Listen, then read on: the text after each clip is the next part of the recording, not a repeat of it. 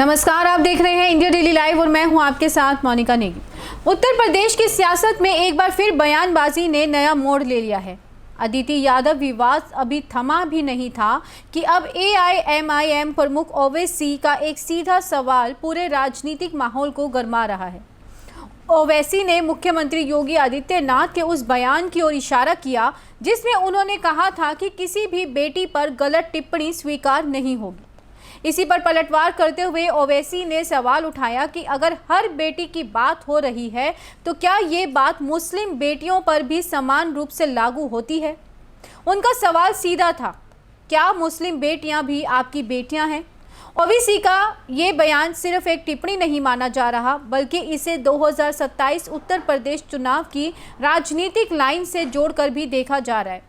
विशेषज्ञ मानते हैं कि ओवैसी अब एक बार फिर मुस्लिम वोट बैंक में अपनी पकड़ मजबूत करने की कोशिश में है। उत्तर प्रदेश में लगभग 18% मुस्लिम वोटर हैं और यही वोट कई सीटों पर हार जीत तय करने की क्षमता रखते हैं। इसी वजह से ये सवाल अब सिर्फ बयान नहीं रहा, बल्कि एक राजनीतिक संदेश बन चुका है। राजनीतिक गलियारों में ये भी चर्चा है कि ओवैसी और कुछ अन्य क्षेत्रीय दलों के बीच संभावित समीकरण बन सकते हैं। कुछ सीटों जैसे देवबंद और पश्चिम यूपी की संवेदनशील सीटों पर इस तरह के गठबंधन का असर दिख सकता है। हालांकि अभी तक किसी भी तरह की आधिकारिक साझेदारी की पुष्टि नहीं हुई है। 2027 की लड़ाई में तस्वीर और जटिल होती दिखाई दे रही है।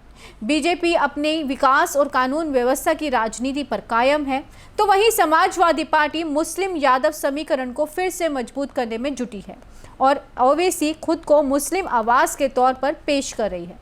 अब बड़ा सवाल ये है कि क्या ओवैसी का ये बयान एक सामाजिक सवाल है या फिर पूरी तरह राजनीतिक रणनीति, और क्या ये 2027 की राजनीति को एक नई दिशा में लेकर जाएगा। आपको क्या लगता है, हमें कमेंट में ज़रूर बताएं। देश और दुनिया की तमाम खबरों के लिए देखते रहिए इंडिया डेली लाइव। नमस्कार।